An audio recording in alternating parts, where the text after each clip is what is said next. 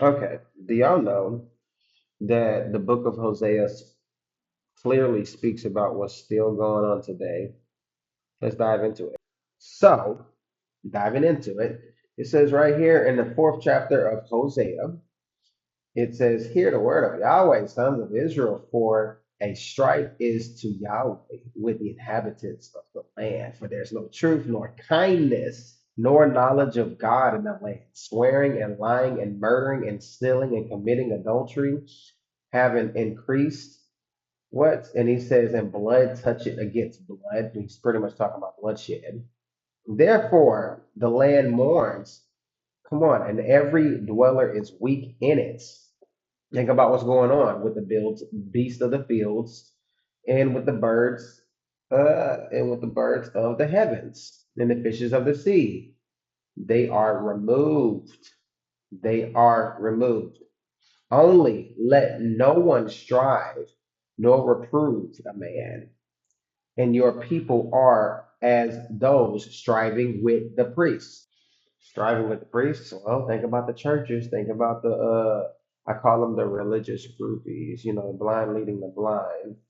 And no, I know some of you may say, "Oh, there he go with that." No, I'm just being transparent. Okay, this is the word of God. So let's continue reading. So now here it goes, the fifth verse. Let's go. And it says, "And you have stumbled in the day, and a prophet has also stumbled with you in the night, and I have cut off your mother." That sounds harsh. The sixth verse it says, "My people have been cut off for a lack of knowledge. Because you have rejected knowledge, I reject you from being priests to me."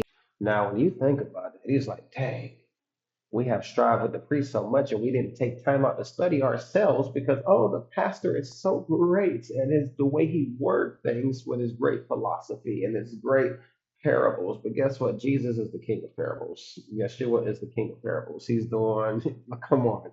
And so it's like people have become so wise in their own eyes to where they reject the true wisdom of God when it speaks through the spirit to individuals who are led by the spirit of God. So back to the word, right? He tells you he will stop you from being his priest. And you forgot the law of your God.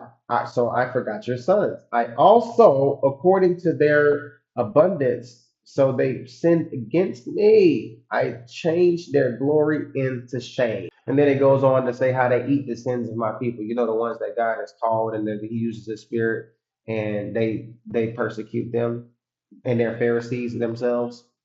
Come on.